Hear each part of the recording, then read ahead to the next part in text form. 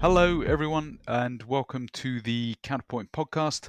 I'm your host, Peter Richardson, and today we're going to be talking about the semiconductor market and some of the shortages that we've seen over the last year or so, and what that means for telecommunication providers and getting into a little bit about how digitalization is going to become an inevitable consequence of the semiconductor situation. Our discussion today is based around a recent joint white paper that Counterpoint Research wrote together with a company called Oasis SmartSIM. And to help me through the discussion, I'm joined today by William Lee. William is a senior analyst at Counterpoint Research.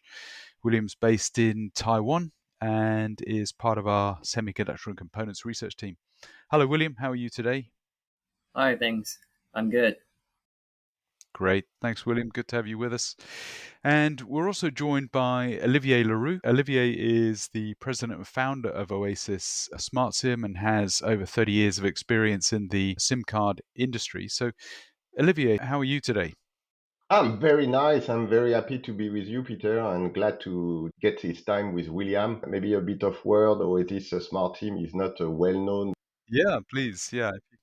Share a bit about the company. Yeah, I'm a friend of the SIM industry. I jumped into it at the back of the 19s. I've seen the evolution, been running the SIM business of a large player in the market and get into my own venture at the beginning of 2010. We intend to develop a way to facilitate the transition from SIM to eSIM. And I think we will discuss that during the podcast. This company went very well for 10 years and was taken over by Tata Communication Group, partially, and at the back of 2020. So now we are a subsidiary of Tata Communication. And again, happy to be with you. Great.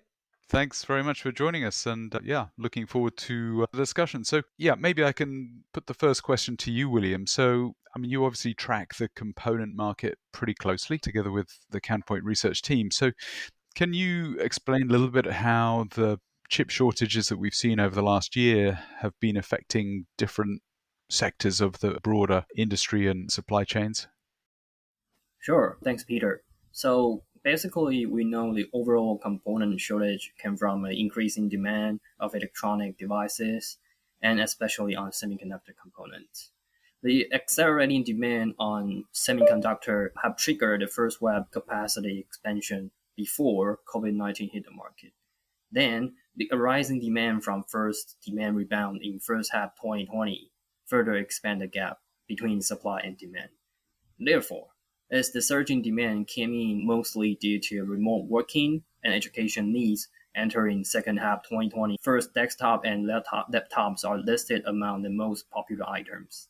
For example, we saw Chromebook booming in 2020, right? And okay, let's laptop and desktop components began suffering shortage issues instead, and only started alleviating in the beginning of 2022, which is this year, largely due to the Chromebook slowdown and decelerating demand post the first wave expenditure from enterprise and consumers. I think same thing here for smartphone. The solid demand was kept by supply constraint in early COVID, while demand began normalizing as market cooled down and further suppressed by macro impact. The overall consumer electronic devices market was seriously hit by supply constraint between second half 2020 to the end of 2021. And automotive market, on the other hand, was the one still borrowing by supply constraints. For example, T's, MOSFET, MCUs fell short of supply and only recovering in a very low pace. That's the reason we are seeing very long lead time in new car market and no good price on new cars as well as second-handed ones, no matter electric vehicles or not. Okay, and telecom and IoT market as well suffered a semiconductor shortage in the same time period. And I would say the overall lead time was 10, 15 weeks longer than normal level of around 12 to 13 weeks during the pandemic, which means we need more than 3 to 5 months to get our product delivered during COVID-19 pandemic. Yeah, great. Thanks, William. And maybe I can turn the question around and sort of put it to you as well, Olivia. And actually, we were just talking before we started recording here, because one of the things that we've seen is here we are in sort of the beginning of September 2022, and we've seen demand for a lot of products dropping off in the face of strong macroeconomic headwinds. So some of the pressures on supply chain have a little bit alleviated, I would say, over the last few months. But that isn't totally the case, right? So yeah, maybe you can take on from William and kind of talk a little bit about how the chip shortage is continuing to impact in the telecom provider situation. Yeah. Absolutely. And again, I think the situation described by William is absolutely accurate. Okay. But you need to realize that the business we are in, which is the SIM business, is a very specific segment of the conductor industry. We are a low end product in this semiconductor industry. And somehow there is a long term effect for low end product. In the course of this crisis, semiconductor company have reorganized their way to consider the supply chain, the value chain, and somehow they have reconsidered also the way to analyze ROI and the way to allocate resources. And our view, my view as an expert, is that the shortage on the SIM business is a long-term one, because not only the capacity were overused, but some capacity have been dismantled. But it has also another effect. Let's see what happened in the eSIM business. We are getting into an industry which has lived 30 years with a permanent supply, price decrease, making the SIM business a real-time business. No stock. We were producing SIM 3 weeks. They were delivered into warehouses. 2 weeks more, they were in the hand of customer. And suddenly, you have the effect decreased by William, which is increased lead time. So you get into this new situation. Your price increase, your lead time increase, and everything. So the way is the first thing telcos have done is to try to reorganize their supply, building stocks. Okay, so and the demand, it has an offer effect on the demand, because not only you supply, but you need to produce for stock. There is additional SIM sold into the market. And only now this situation is turning, because due to the stock, the industry has been capable of living for a few quarters with the stock. But the shortage in the SIM business is only happening now. And there's been a period of denial from the telco. They say, no, no, it's a short-term effect. It's a COVID effect. It's not. The big one have reorganized their supply. They have signed long-term contract. They have taken long-term commitment with their supplier. Some service providers are really struggling now, and we see in certain geography, in certain market compartment, customer which are totally running out of SIM card. And in this business, when you run out of SIM card, you cannot activate new components. So that's the situation we are in at the moment. So uh, we are surfing in a bad manner the semiconductor shortage, but I think this will impact on the long term the way this industry operates. Yes. I mean, we've certainly seen this asynchronous supply situation in the broader market, right? So the components that were most in short supply were, very kind of low level components like power management ICs or display driver ICs, which are very low cost components and made on very matured node foundry processes. And I guess the SIM card is, or the SIM element on the card is similar, right? So it's not an advanced node, whereas a lot of the CapEx investment has been. Yeah, we are still for most of the SIM card produced on the 90 nano or 65 nano, where William can tell us that, those advanced guys into the onset business and everything are already heading to 4 nano technology. So really, this is exactly the situation. And we see that in many business where the extreme situation we have known in 2020 are exceptional, have led the supplier to reconsider what they were doing. So you discontinue activity which were barely profitable for a long time. And this is what we are seeing, and this is what is forcing today and the SIM industry to readjust, and the SIM industry to operate in a different mode. Because again, I'm talking too much, but of course, there's been a tremendous price increase. That never seen in the SIM business. Those guys were living out of 20% price erosion year on year, and barely compensated by product migration. So, and suddenly, some price have doubled. But they also realized that they had the capacity to absorb those price, because the SIM is a small element of the cost of service sold by the telco. Whatever, I'm not here to give numbers, but whatever a telco is paying is SIM, it will be resold to the customer and it will be absorbed by the total consumption cost. The average amount of RPU has increased. So it was easy to absorb the price increase. It is very complicated to absorb the shortage because when you don't have SIM, as I said earlier, you cannot activate new subscription. You are losing customer. And therefore, you have to rethink totally your supply chain. You cannot be on the spot market. The market derived from a quite, I would say, structure market at the beginning of 20 because it was still a very commodity technology good and everything to a commodity market. And many players were placing spot order. We don't have in this postcard the luxury to display, but those guys were floating tenders and the winner was taking everything and 3 weeks to supply. This is not working anymore. Those guys operating like that are dying currently. So you need to reorganize. You need to think about a long-term relationship with your supplier. You need to think of flexibility, security, and sustainability of your supply chain. And I would say that this is the major change we are seeing for the SIM industry on one side. And this is true. Can you talk a little bit about some of the effects? So you mentioned earlier that some of the large mobile network operators have, put in place secure supply systems with their suppliers, but uh, you intimated that some of the smaller players and maybe some of the MVNOs have not done that. So what's the real impact?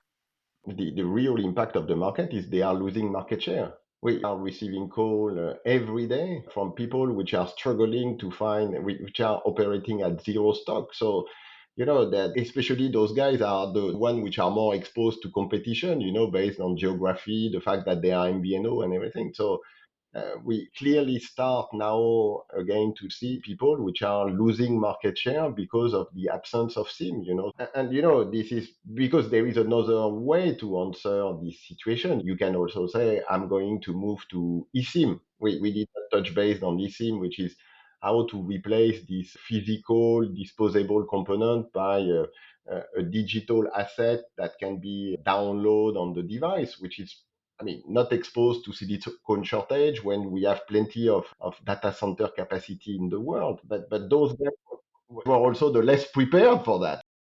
Yeah. Mobile network operators have been quite resistant to move toward eSIM. eSIM has been around for a few years and very gradually been kind of gaining pace, and maybe much more so on the IoT side, where it's a much more obvious way to provide connectivity to a device that's going to be embedded in, I don't know, a water meter or something like that. But for most consumers, eSIM has not been the initial way to create a connection. But are you saying that because of the component shortage, the move to eSIM is being accelerated? Absolutely.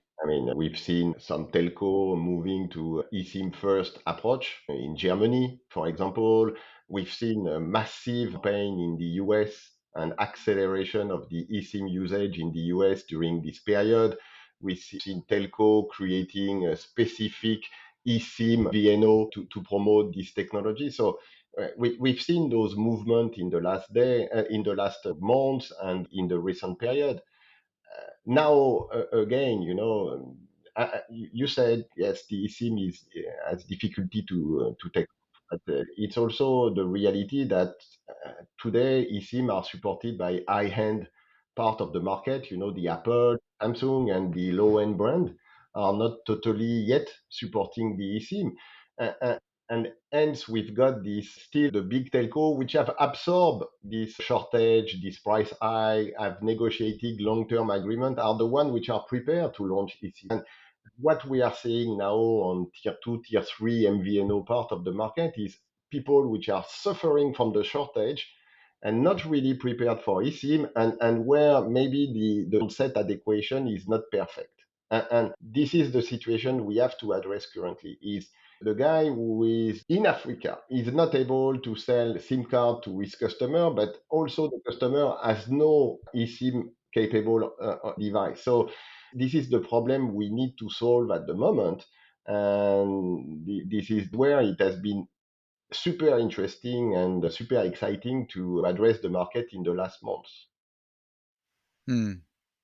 All right, let's hold that thought. We'll come back to it. But, bringing William back into the discussion. So we talked earlier about the supply chain situation, how that was interrupted by COVID.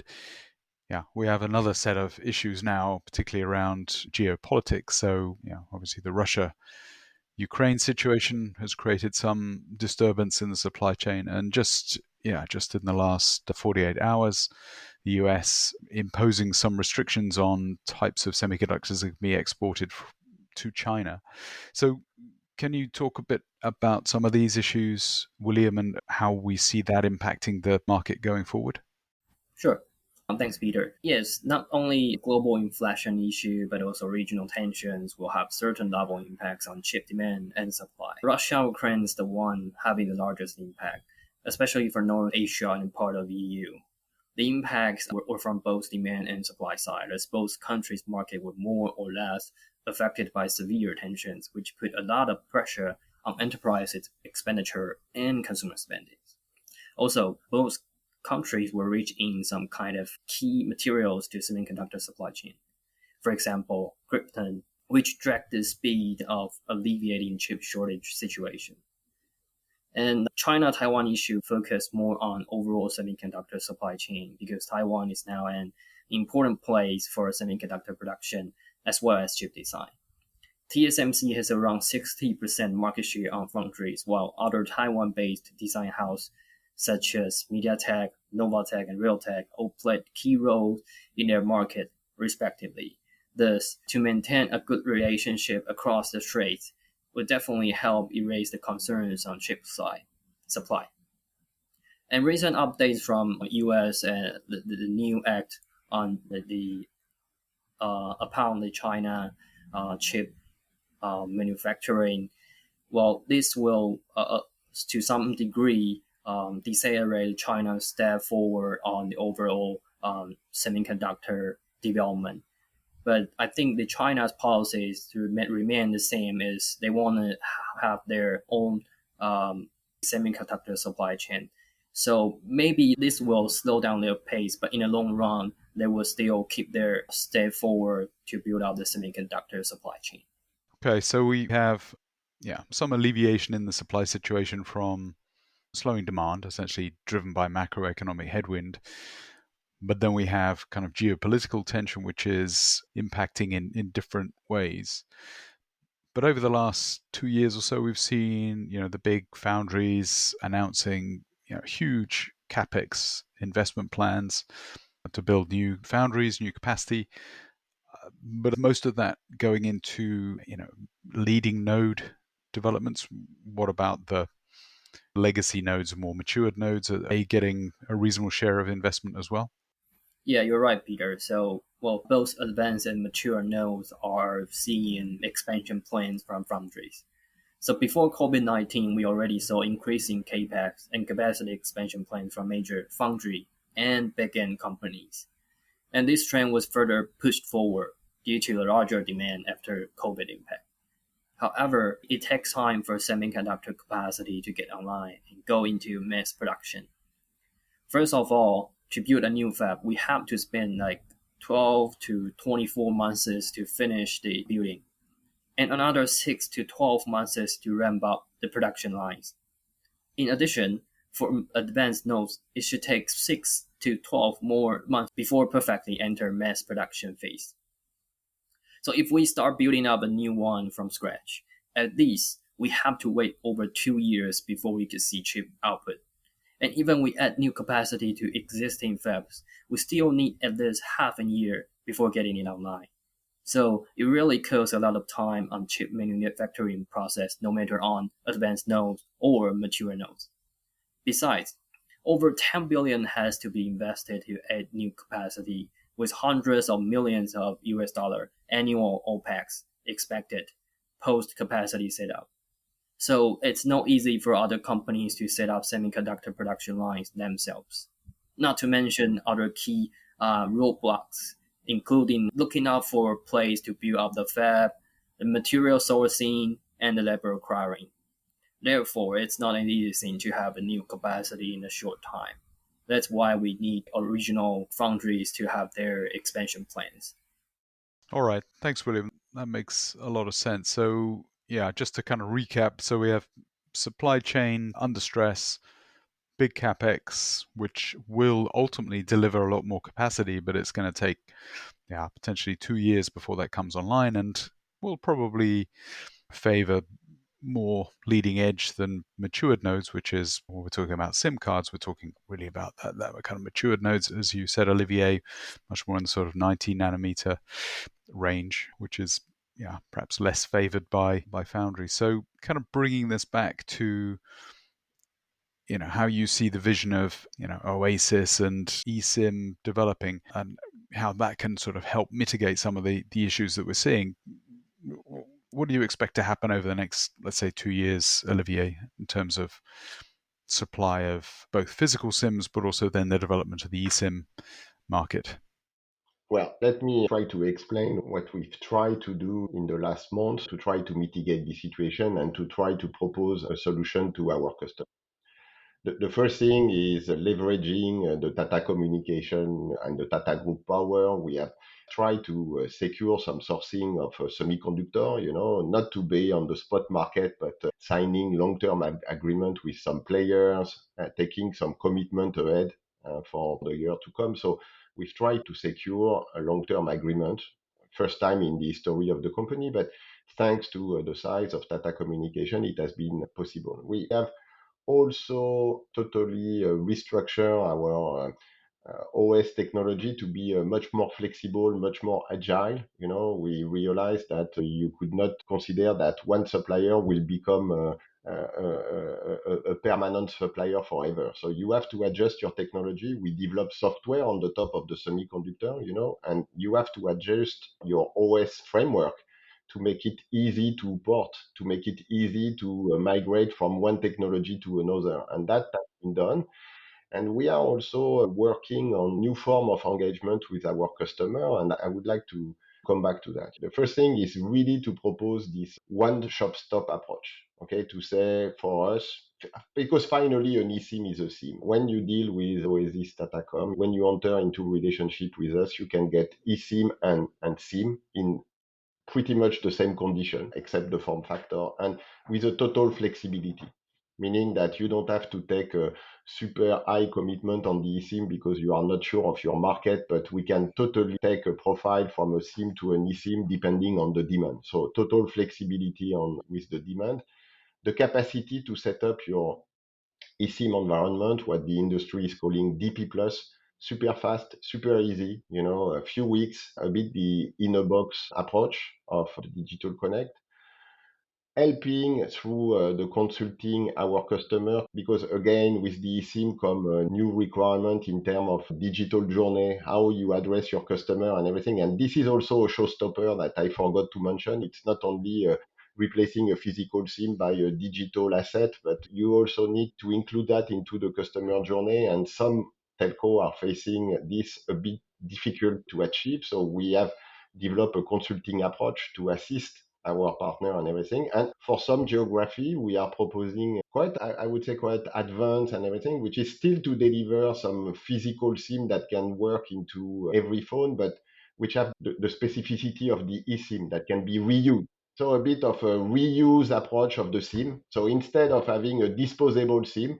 you still use an old type of form of mobile, but you transform it into an eSIM phone. So you can reuse the asset. So we see that in emerging markets. I think we would be in a position to announce that in few weeks for a big partner in APAC. But, again, this industry, for whatever we discuss with William and everything, will take time to transform. We need to find also a gap filling solution. We believe that having to dispose the eSIM still work. What is making it difficult to supply and difficult, it's disposable. It's the fact that when you move from operator one to operator B, you have to change it.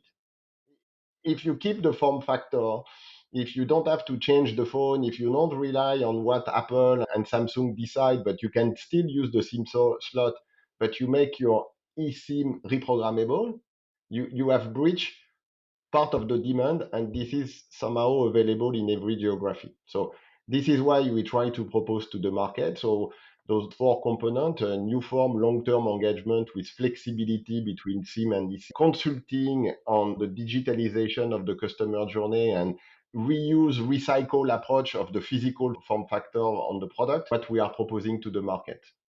Okay, that's really interesting. I hadn't previously come across that idea of reusing the physical SIM asset and effectively kind of making it into essentially an eSIM. Well, if you give me a few more minutes, again, I want to re-emphasize to everybody the eSIM is a SIM. At the end of the day, the functionality is the same. The integration with the network is the same. On one side, you want to embed your semiconductor into the device, but the semiconductor technology you embed into the device is pretty much the same than the one you had in the card. It's a bit more secure because it is supposed to be reused, but it doesn't change the profile you are going to use. And this more secure semiconductor can be transformed into a physical card. So then comes the situation is, can you reuse? Can you recycle like we do in every business? So we are great believer of that. It's a long run and we are helped by the shortage on that. This is an idea we are pushing strongly to the market. I think, I mean, in front of the necessity of being short in terms of silicon, people have to be creative, and we see there a massive opportunity in this time of shortage. Shortage is a difficulty, but this is also an opportunity to reinvent your business. Not saying it's easy, but at least this is a proposal we have on the table for service provider and MNO. All right. Well, I think that's a good place maybe to wrap up. So, Olivier, thanks very much for your time today. And yeah, great to have you on the podcast. And William, thanks for your contributions. Always good to hear from you. And yeah, great value. Thank you very much, both of you. Thank you. Thank you, everyone.